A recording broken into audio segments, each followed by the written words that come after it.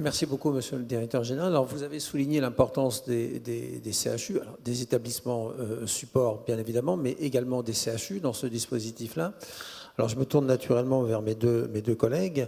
Les CHU sont les grands frères de tous les établissements de la région, de leur région. En plus, en tant qu'établissement support, c'est également un rôle important pour les établissements membres du GHT. Comment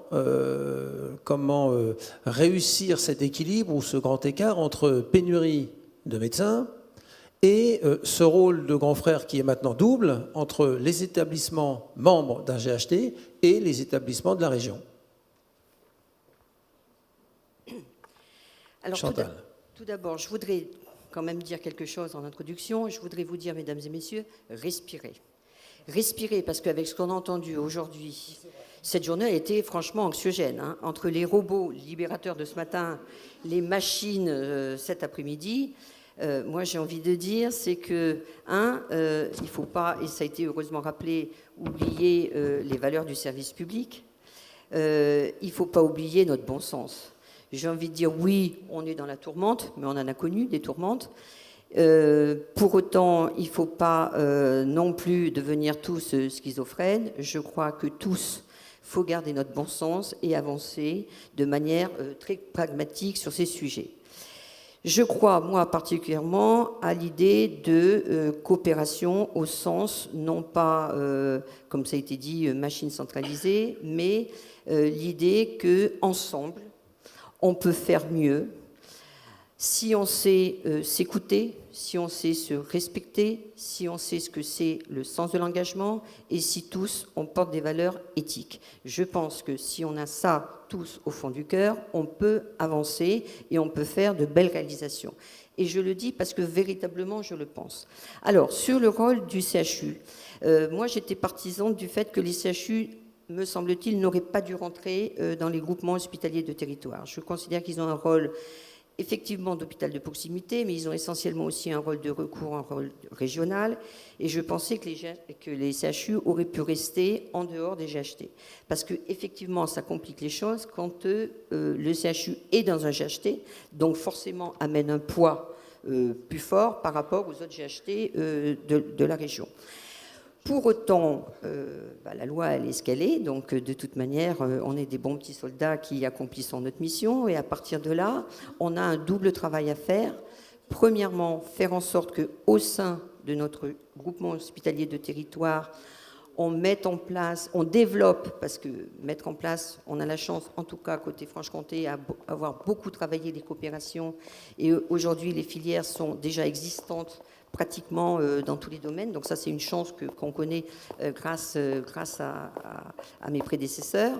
Et donc, il y a déjà cette volonté d'identifier des filières. Et surtout, maintenant, aujourd'hui, il faut aller au-delà de l'identification de ces filières, à partir de diagnostics très pragmatiques. Qu'est-ce qui fonctionne, qu'est-ce qui ne fonctionne pas? Comment on fait pour améliorer les choses dans l'intérêt du patient? C'est vraiment un vrai travail et qui a du sens. Pour autant, le CHU, de par sa vocation, enseignement, recherche et recours, doit absolument continuer à avoir des liens très forts avec les autres établissements de la région, de manière à ce qu'il n'y ait pas de vitesse. Et la question, c'était... mais il y avait autre chose. Il y avait autre chose dans la... C'était simplement comment réaliser ce grand écart entre la pénurie Alors médicale. Oui, c'était ça que je voulais dire. Alors le problème de la pénurie des médecins, c'est une réalité. Il manque des médecins partout.